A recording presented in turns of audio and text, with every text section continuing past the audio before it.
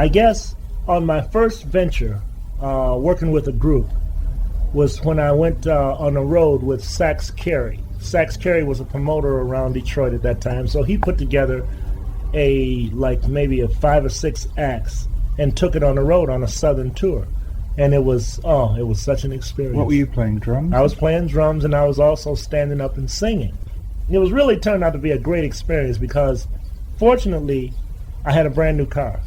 My parents made sure that I had a car, and I was just going around trying to get into the music business. I had my little cardboard briefcase. At first I'd catch the bus, and then I'd drive my car, So it turned out to be a lucky thing because we went on this tour. There were 3 cars, and there was like I say, 4 or 5 acts. Gene Martin was one of the acts. There was a group. There was a shake dancer, and there was a female singer, and there was Sax Carey and his partner, who put everything together, booked all the dates and everything. Well, it turned out we didn't get paid for the first gig. We didn't get paid for the second gig. We didn't get paid for the third gig. We're out on the road. We're eating bologna sandwiches every day. So we got to a town in Tennessee, and we made $5. He paid us all $5 then. Anyway, when I finally get back home, I've got like 30 cents in my pocket. My tank's on E, and I'm getting home, and I'm so happy. And that next day, I was out of there again, gone to Muskegon looking for a gig.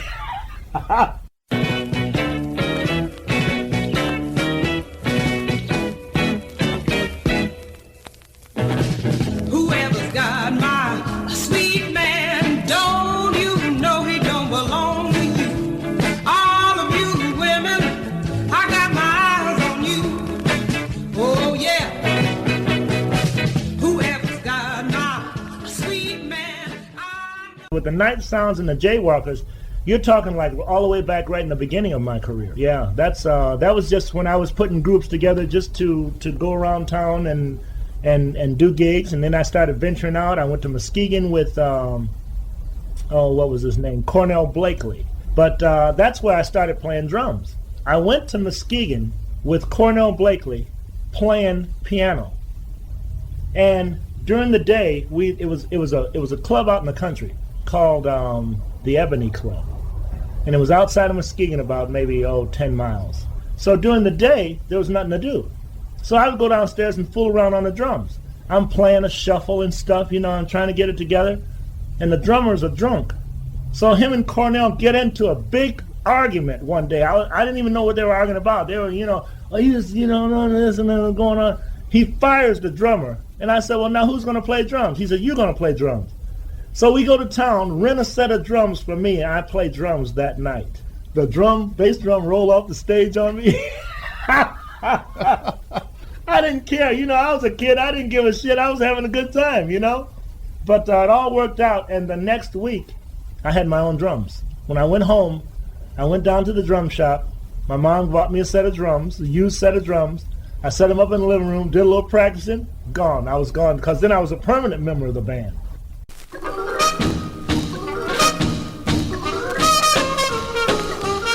Tell me more, baby, tell me more. Yes, tell me more, baby, tell me more. I've never heard a girl talk like you before. My first record was with Jackpot. That was with Warren Quates over on Ryan Road. He was actually just a Ford factory worker who liked to tinker around with recording equipment. So he bought a building. This was more or less his hobby. But we ended up putting that one record out. Ernie Durham, made it, quite a success around town. Every time I walk down the street, it's you I always meet. You're begging me to take you back. Now come on, why don't you come out of your act? Because I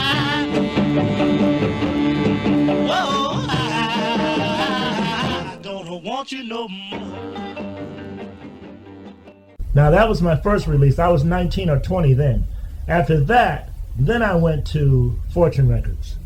With Fortune Records, that's when I had out Playboy, Don't You Play in School. Yeah. Now Harlem Girl and The Roll, that was an instrumental with Butch Baden with the studio musicians again. Not you? Not me. Butch played drums on it. Now I might be playing piano on one of those songs. because what would happen at Fortune was Deborah would come out with these lyrics from I don't know where, and just words written down on a piece of paper and try and do something with this, We'd try and come up with a chord structure. Actually, we wrote the song. Yeah, it was 2-track Ampex equipment. Pretty basic, but they didn't have enough microphones to go around, so we'd have to move the instruments around to get a balance. How's that sounding there? Pretty good. Move the drums back some. Bring the bass amp up a little bit and turn it to the right, Finally, we get a decent sound, and do it. Yeah. You've heard me many times before, but never this way. But I'm gonna wake up, baby, starting today. And love hurt me so. Something you gotta know. I won't be a fool.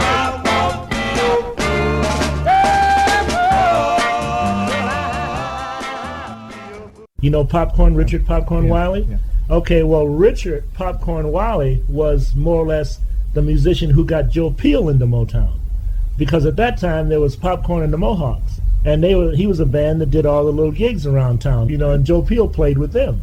So Popcorn kind of got into the Motown situation, doing sessions and trying to record some of his material. So he would take Joe Peel down.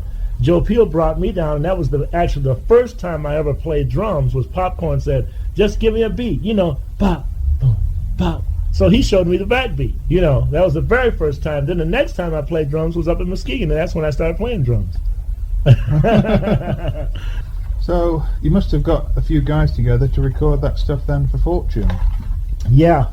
By the time I got to Fortune Records, I had friends like Steve Mancha, who played guitar, Reuben Fisher, who played guitar, and sometimes we'd get a bass player, Sam McMillan, and Tony Newton was our saxophone player. He went from saxophone to bass in a matter of weeks. He really read music well. He took music all through school, and he went on to become a great bass player. He played on a lot of Motown sessions. But Right. David was always there. David was still there, yeah. Was he part of the sort of J, what you would call the J? Yeah, he was. As a matter of fact, we were going to start working on an album and just start recording material when he got the offer to join the Temptations, because David was always on the road with us wherever we went. That would have been about 64 though, wouldn't 63 or 64. Yeah. Right. Because David, I think, used to play drums as well, didn't he? Yeah.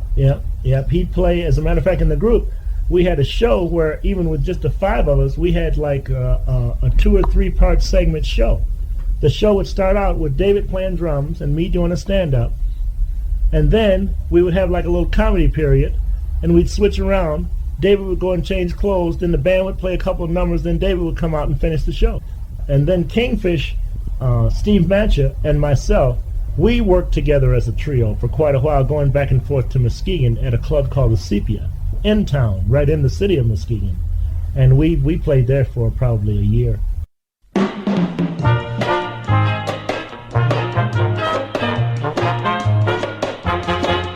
If a dog bites a man, that's no news. But if a man bites a dog, that's news. And if a tiny little rat walked up and slapped the cat and said you liked it like that, that's news. But it's no news to be suffering with the blues. It's no news. Kiki was owned by Stanford Gavon. Stanford Gavon was a steel merchant. He owned a couple of steel mills. He had some money then. Yeah, he had some money, and his son, I think it might have been Stan Jr., was a drummer. So he went into business and got a little storefront and bought some little equipment and put a couple of desks in there. And Lee Rogers was one of the people that he knew. And Lee Rogers told myself and also Dave Hamilton. Dave Hamilton did the arrangements and the production on like 4 to 6 tunes for Kiki, and that was all they ever had out. We recorded those. We had that recording session at United Sound. And that's when they had the Ampex 3-track system in there. And we were all on a little salary there. I think I was making about 30 or 40 bucks a week to be Dave's assistant. I think he was getting about 150 a week. And we worked on those projects. Took us maybe about 6 weeks to get everything done with all the rehearsal and writing out the charts and everything. It just folded after that, did it? Just folded after that, yep. And that Wheel City record for Mike Hanks. Now, Wheel City, that was kind of a different type situation there. Mike Hanks was really quite a devoted person when it comes to the music industry. He loved the music business. He hated Berry Gordy. Mike thought that he was just as good as Berry, which he wasn't. You know, I mean, he was a good guy, don't get me wrong. He was good for the music business. He gave a lot of people a lot of opportunity. He gave me an opportunity to develop. You know, he had the biggest heart. He'd let you come in, try to do what you could do. Man, that sound good, man. That sound good. Berry Gordy, that motherfucker. You know, he ain't shit, man. I can't stand that mother. You know, he would cuss him out every single day. I'll tell you what he did one time. Mike was great at making opportunities for everybody. As a matter of fact, one time he ran 2 bars. The Webwood? The Webwood and the Stadium, and was trying to get a 3rd bar. I don't know if he ever got it or not. Me and Rudy played at one, and then he had a band over at the other. Mike and Pete Hall, they formed a partnership, and they bought the house next door to Hitsville. Well, it was 2 doors down, but I mean, it was right there. We moving right next door to that motherfucker. You know, he can't cut all the damn records. Ah, damn it. I'll get some money. I'll get some money for us to cut. Don't worry. I'll get it. Y'all just practice them damn songs. We practiced and practiced. Sure enough, he come up with the money. So anyway, he bought this house, and we were getting ready to move in and everything. We were all excited. Yeah, we're going to get them now. We're going to compete with their asses. Barry bought the house out from under him. Had all his shit sat out on the grass.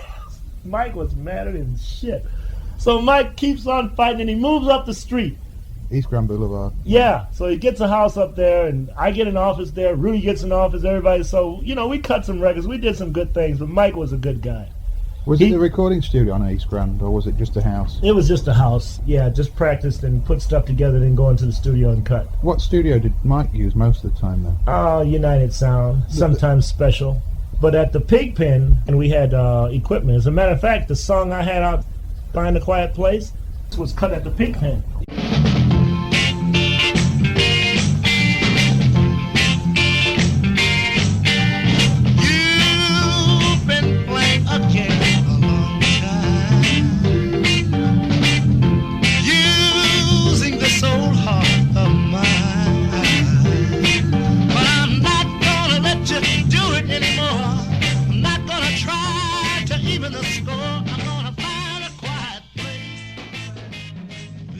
And it was a good song. He got a decent sound, but it wasn't a Motown sound.